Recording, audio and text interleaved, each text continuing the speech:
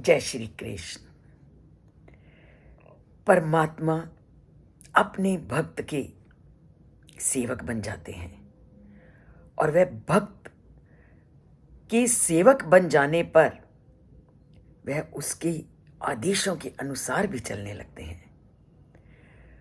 और इसका तो साक्षात उदाहरण हमने कल के श्लोक में भी देखा, परसों के श्लोक में भी देखा कि अर्जुन किस तरह श्री कृष्ण को ये आदेश दे रहे हैं कि मेरे रथ को सेनाओं के मध्य में ले जाओ। मैं ये देखना चाहता हूं कि दुर्योधन के पक्ष में कौन कौन से राजा दुर्योधन का उस दुर्बुद्धि का साथ दे रहे हैं।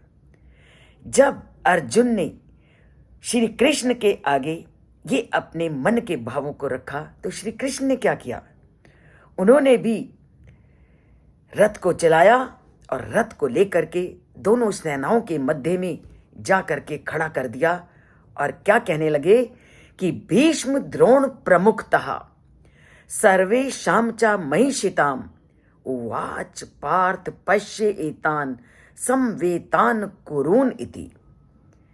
वो क्या कहते हैं, देखो अर्जुन, देखो कि भीष्म, द्रोण तथा अन्य सभी राजाओं की उपस्थिति में भगवान श्री कृष्ण ने कहा कि हे पार्थ, यहां पर एकत्रित हुए कुरुओं को देखो। बहुत गूढ़ अर्थ श्री कृष्ण ने इस श्लोक में अर्जुन के सामने प्रयोग किया, कुरुओं को देखो। उन्होंने कहीं नहीं कहा आप धृतराष्ट्र के पुत्रों को देखो।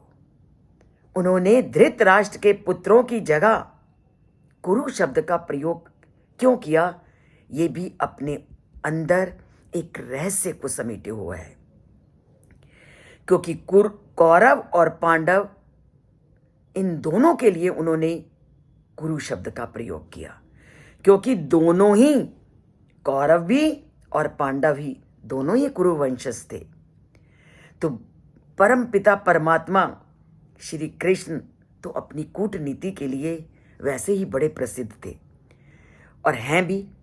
और श्री कृष्ण ने जानबूझकर इस श्लोक में धृतराष्ट्र का प्रयोग ना करके जानबूझकर कुरु शब्द का प्रयोग किया है। और ये क्यों किया होगा? ये इसलिए किया कि अर्जुन के मन में परस्पर बंधुत्व की भावना को जागृत करने के लिए। और फिर आपके मन में ये प्रश्न उठ सकता है कि उन्होंने ये अर्जुन के मन में इस समय बंधुत्व की भावना को जागृत करने के लिए इसका प्रयोग क्यों किया? इसके पीछे भी एक रहस्य है। वे चाहते थे कि अर्जुन के मन में बंधुत्व की भावना से अर्जुन के अंदर मोह उत्पन्न हो, क्योंकि जब तक अर्जुन के मन में मोह नहीं उत्पन्न होगा तो वह विचलित नहीं होगा। तो अर्जुन को विचलित करने के लिए उन्होंने जानबूझकर कुरु शब्द का प्रयोग किया, ताकि उनके मन में दोनों पक्षों के प्रति बंधुत्व की भावना उत्पन्न हो। और क्यों? ताकि जिसके परिणाम स्वरूप आगे चलकर कलयुग में मानव मात्र के कल्याण के लिए वह गीता के सिद्धांत के दिव्य उपदेश को उसको दे सके। तो जानबूझकर श्री कृष्ण ने अर्जुन के मन को मोहित करने के लिए, अर्जुन के मन में मोह की भावना को उत्पन्न करने के लिए उन्होंने कुरु शब्द का प्रयोग किया और कुरु वंशज शब्द का प्रयोग किया। उन्होंने धृतराष्ट्र शब्द का प्रयोग नहीं किया, ताकि अर्जुन के मन में मोह उत्पन्न हो और वो उस मोह को दूर करने के लिए उसे गीता का उपदेश दें और वह गीता का उपदेश सभी मानवों को आगे प्राप्त हो सके। अब इसकी तुलना हम उस सर्जन से करते हैं, उस डॉक्टर के साथ करते हैं जो कोई रोगी के कोई ऐसा घाव हो जाता है, ऐसा फोड़ा हो जाता है और जिसके कारण वो बड़ी पीड़ा में होता है, बड़े कष्ट में होता है और उसकी पीड़ा को कम करने के लिए वो क्या करता है? तो उसकी पीड़ा को कम करने के लिए वो बाद में उसको औषधि देता है और उसके रुग्ण अंग पर चीड़-फाड़ करता है। सही वही डॉक्टर की, वही चिकित्सक की भूमिका श्री कृष्ण इस श्लोक में निभा रहे हैं। पहले वह उसको रोग से पीड़ित करते हैं, अर्थात उसको मोह माया के जाल में फंसाते हैं, क्योंकि जब तक व्यक्ति विचलित नहीं होगा तो उसको उपदेश देना बेकार है।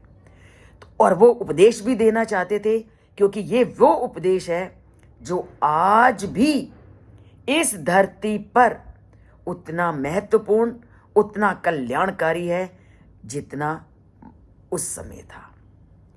आज भी व्यक्ति अनेक परिस्थितियों में विचलित होता है, अपने कर्तव्य से भ्रष्ट हो जाता है, कर्तव्य विमुख हो जाता है।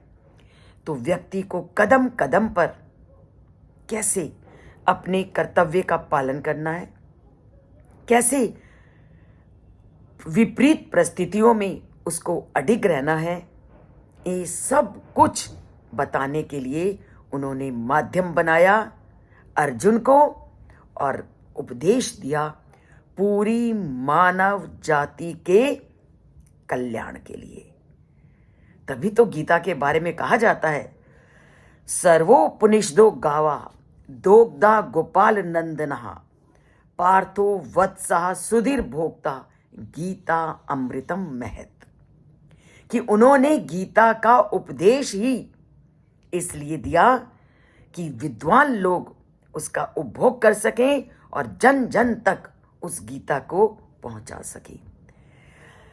जन जन को इस गीता को जानना बहुत ज़रूरी है, ताकि जो कदम कदम पर हम अपने लक्ष्य से भटक जाते हैं, अन्याय के मार्ग पर चलने लगते हैं, तो इन मार्गों से हम बचें और परस्पर जो हम ईर्ष्या, द्वेष और कलह की भावना को अपने अंदर स्थान देते हैं, इनको स्थान ना दें और झूठ के माध्यम से जो हम आपसी वैर विरोध और वैमनस्य पैदा करते हैं, तो इस झूठ से हम बचें। तो झूठ भी नहीं बोलना, क्योंकि झूठ भी पारस्परिक संबंधों में वैर विरोध की भावना को जन्म देता है। झूठ भी व्यक्तियों के पारस्परिक मन में खटास पैदा करता है। तो इन चीज़ों से व्यक्ति ग्रसित ना हो, इन चीज़ों से व्यक्ति घिर ना जाए, इसलिए उन्होंने अर्जुन को माध्यम बनाया और पूरी जनजाति के लिए एक कल्याणकारी संदेश लोगों तक पहुंचाया, ताकि लोगों का जीवन सुगम, सरल और स्वाभाविक बन सके। तो जीवन को सुगम, सरल और स्वाभाविक बनाना है। छल, कपट, झूठ से ऊपर उठते हुए परस्पर भाईचारे की भावना का विकास करते हुए गीता के उपदेशों को प्रतिदिन सुनिए, उसी के अनुकूल जीवन को चलाइए और जीवन धारा को अच्छा बनाइए।